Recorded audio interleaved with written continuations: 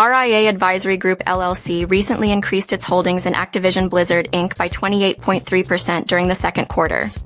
This increase in stock holdings reflects their confidence in the company's future prospects. Other hedge funds and institutional investors have also made changes to their holdings in Activision Blizzard. Activision Blizzard stock, with the ticker symbol ATVI, traded at $94.24 on Friday, with a total of 834,120 shares exchanged.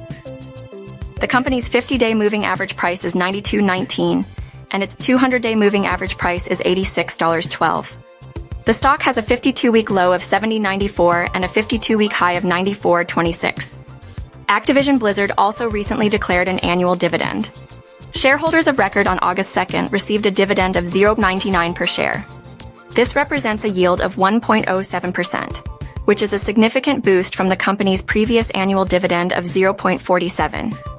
Overall, the stock has a consensus rating of hold and a consensus price target of $94.32.